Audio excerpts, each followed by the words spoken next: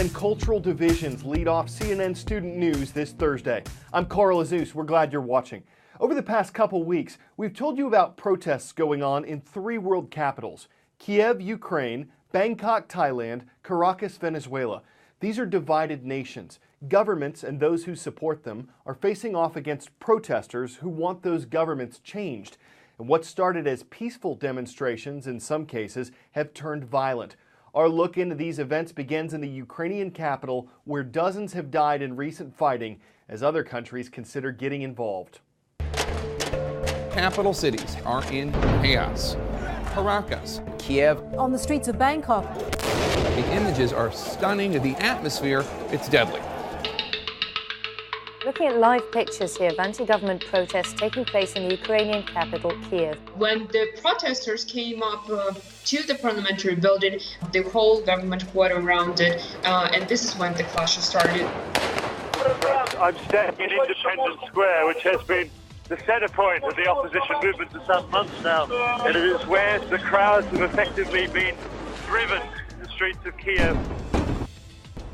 A long line of fires. Those are fires set by whom? What exactly are we looking at? It is a bed, as far as I can see, of burning fire and embers, and the purpose is clearly to form a defensive barrier and stop the police and security services getting through. This is all about whether Ukraine is a European nation or part of Russia. That's what this is really all about. The protests are also taking place on the streets of Thailand. Protesters have been camped out in Bangkok since November, demanding the Prime Minister step down. It was a street protest that was supposed to be peaceful, and then this happened.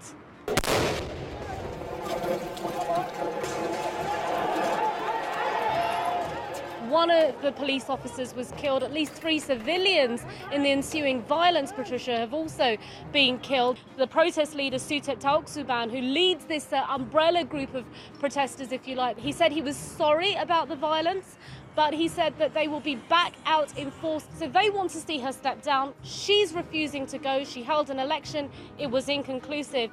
And now we're seeing that things are getting up to boiling point on the streets of Bangkok.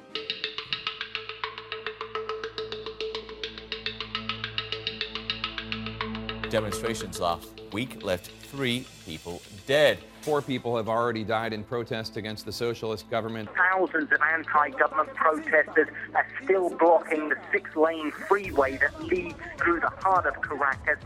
That move to blockade the freeway comes just hours after the Harvard-educated, Ohio State-educated Leopoldo Lopez turned himself in to the National Guard. The government has accused him of provoking what they call fascism and for stoking these protests in Caracas, which have now been going on a week. But of course, this is much bigger than a fight just against the government of Nicolas Maduro. This is Venezuela's right-wing opposition fighting against what they see as a 16-year-old experiment in socialism. They say enough is enough, and there's a change of government. An update last night concerning Ukraine. President Viktor Yanukovych said that negotiations had begun aimed at stopping the bloodshed and stabilizing the situation in Ukraine, quote, for the sake of civil peace. The U.S. State Department said the Ukrainian government and opposition were moving toward a truce, though fires set in Kiev continued to burn throughout the night. The economies of the world are tied together. A boom or bust in one world capital can affect the economies of others. Easy concept. But predicting what the global economy will do is like predicting the future. One article I read yesterday said the global economy is weak. Another says it's on the up and up. One thing economists look at when making predictions is unemployment. Japan's unemployment rate fell to 3.7% in December, a 6-year low, while the availability of jobs improved to a 6-year high. And while that is good news, the number of contract workers who are paid less than regular staff is still at a record high. And this week, Japan released GDP figures which pointed to a slowing economy due to weak exports and a concern over job security and wages. Now that fear seems to be holding back consumer spending before a rise in the national sales tax in April makes goods much more expensive. Prime Minister Shinzo Abe has pressed large companies like Toyota to raise wages. It's not very clear that smaller companies will be able to follow suit. The Middle East and North Africa region has the dubious honor of having the highest youth unemployment rate in the world. The situation is most acute in the countries of the Arab Spring. In North Africa, youth unemployment is 29%. I think the Arab Spring has indeed, to a certain extent, locked out or slowed down the development of the private sector because it slowed down attracting investments coming into the region. UK unemployment peaked at 8.4% in 2011, right at the height of the nation's double dip. Well, since then, it's tumbled rapidly towards 7%, a figure deemed significant by the Bank of England. But even that number is more than 2% higher than pre-recession levels. But the creation of new jobs did not keep pace with the number of people entering the labour market, meaning that the rate of unemployment actually rose from 7.1% to 7.2%. The last two employment reports out of the U.S. were big disappointments. December showed only a gain of 75,000 jobs. January only showed a gain of 113,000 jobs. But analysts are cautioning not to read too much into these weak numbers because it's believed that the severe weather across the U.S. really kept people from job hunting and kept employers from hiring. And don't be surprised to see February's numbers impacted as well, as the eastern part of the country was pounded by snow and ice. Time for the shout out. What U.S. city is known as the city of brotherly love? If you think you know it, shout it out.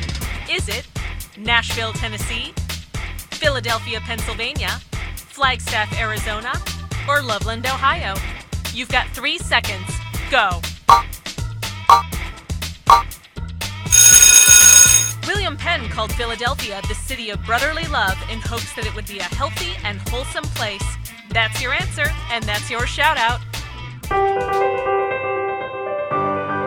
People who know Kevin Groh say he has those Philadelphia ideals. He's an 18-year-old student at Ben Salem High School. He recently signed a contract with the Philadelphia 76ers. It's a 2-day agreement, not 2-year, 2-day. But we have a feeling the thrill is going to last a lot longer for the NBA team, for Kevin, and for his growing number of fans. From Ben Salem High School, number 33, Kevin! Meet the new breakout star of the Philadelphia 76ers, already a fan favorite and the center of the team huddle. His name is Kevin Groh. Before he was a free agent, the 18-year-old with Down syndrome was already a star player. For 4 years, Kevin was the manager of the Ben Salem High School basketball team. With 2 minutes remaining in the final game of the season, Kevin's coach took him off the bench and put him in the game. He scored 4 3-pointers, knocking in this buzzer beater. After the play went viral, it was only a matter of time before the pros came calling. The Sixers signed Kevin to a ceremonial 2-day contract with the team. Congratulations. Me too. I know you can shoot, but you can play defense too? Yeah. I say we give him a 3-day contract. Kevin hit the court for team practice, sporting his new custom jersey, scoring extra points with fans and family. The joy and love that he brings is just incredible.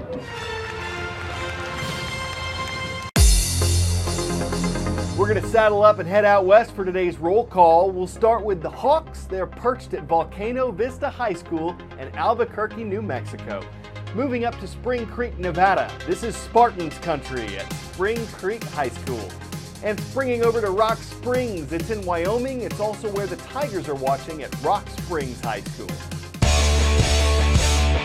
One of my favorite Winter Olympic events is the snowboard cross. The cameras all over the course give you great views of what's going on, but what does it look like for the riders? We now know thanks to British Olympian Zoe Gillings. She wore a helmet cam while she was training for the games, and now we can see what top competitors see as they ride cambered turns, jumps, drops, and eventually pass their competition. It's an event with plenty of snowboarders, but absolutely snowboredom. We're grateful that Gillings wore the camera so she could show us what it was like, though riding at that level would be an Olympic achievement. We've got to go right now, but we'll be right back tomorrow on CNN Student News.